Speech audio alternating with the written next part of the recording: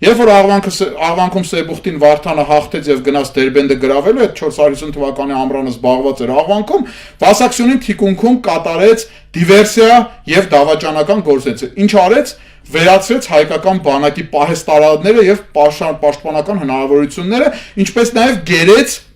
հայ առաջատար նախարարների ընտանիքի անդամներին, որպեսզի շանտաժով ստիպի նախարարներին հետագայում իրենց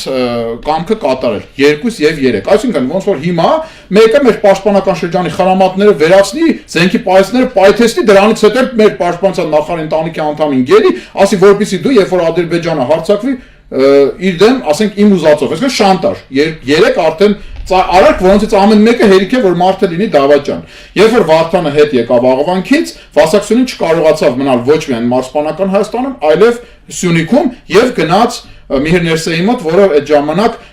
փայտակարանում զորքեր հավաքում հայերի դեմ։ 4-րդ դավաճանական արարքը ռազմական բնույթի տեղեկություններ հայտնեց Միհր Ներսեին, հայկական զորքի քանակի, որակի, հրամանատարական կազմի, տրամադրությունների եւ այլն մասին, այսինքն հիմա ոնց որ հերո տնից տեղից եւ չանձնավորենք բնականաբար, օրինակ ենք վերել մեր պաշտպանության նախարարն անցնի Տշնամու կողմը կամ գլխավոր շտաբի պետը եւ ռազմական բնույթ ինչքան տանկ ունի Հայաստանը, ինչ ունի եւ այլն։ 4 արարք